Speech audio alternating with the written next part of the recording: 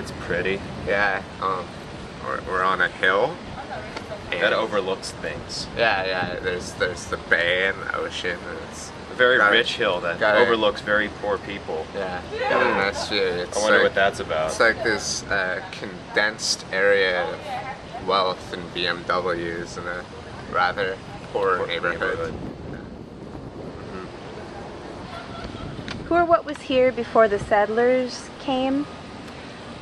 Like Native Americans, I mean? I don't know what kind. Were Indians before the settlers, maybe like hunter-gatherers, and I would assume that they had a pretty established community and civilization. Do you know what was here before the settlers came? The settlers? Not really. I really don't like history. Not really my subject. I know that it was once populated by Indian tribes, both from native to what is now California and also from Mexico. I imagine dinosaurs. Yeah. Did you know that the Kumeyaay were here first? Who? No, I don't know what tribe was here.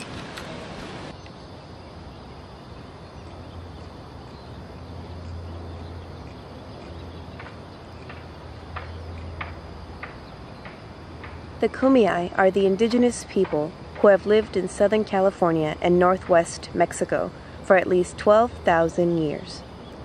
Archaeological evidence collected from ancient San Diegan indigenous sites shows that this tribe's presence traces back to 10,000 BCE.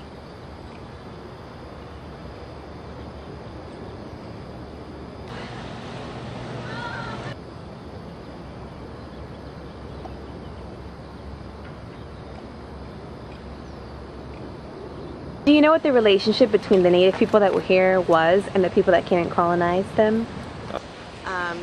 Like, are you talking about like invaders or? Okay.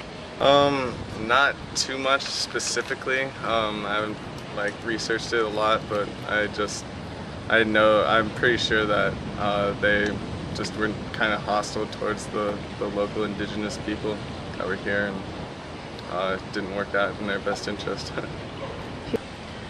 I'm guessing they didn't get along very well. I mean, the Catholic presence pretty much took over. So. And I think that they just didn't understand and didn't try to. So they just tried to impose what they knew of their culture into Indian culture, or people native to the land.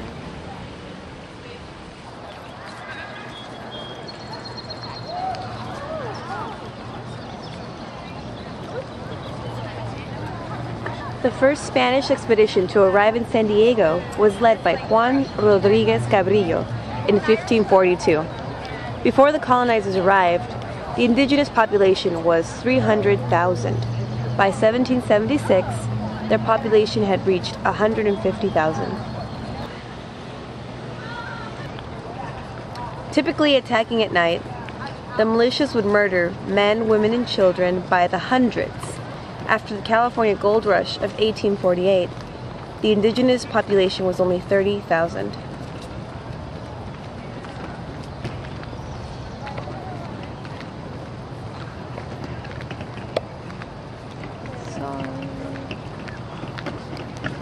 Well, I don't know. A lot of, you know, in a lot of areas where there are tribes and stuff, I imagine there are different tribes. Sometimes they get along, but sometimes they battle each other and fight. But some, you know, they may trade things and live nicely together. I don't know. I don't know, I think that everything's been so glossed over and just built on top of history included that you don't really learn or know, or it's impossible to know the presence over the past so much now that the past really isn't integrated into San Diego. Yeah, something like that.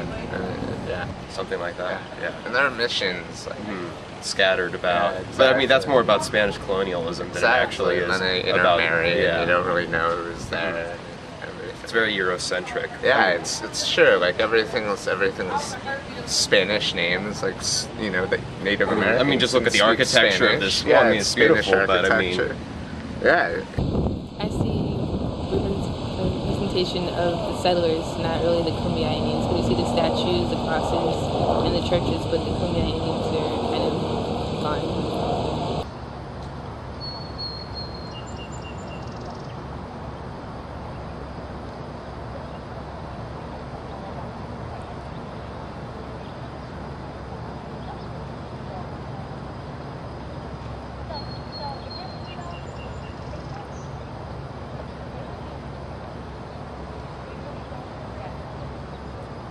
At the missions, the Kumeyaay were forced into slavery in order to do hard labor and build for the priests. At the heart of the beautiful missions and of the Spanish colonial architecture lies the blood, tears, and sacrifices of the Kumeyaay and other indigenous peoples of California. I didn't know that the Kumeyaay Indians were here before. I don't really know. I do not know of what tribe was here.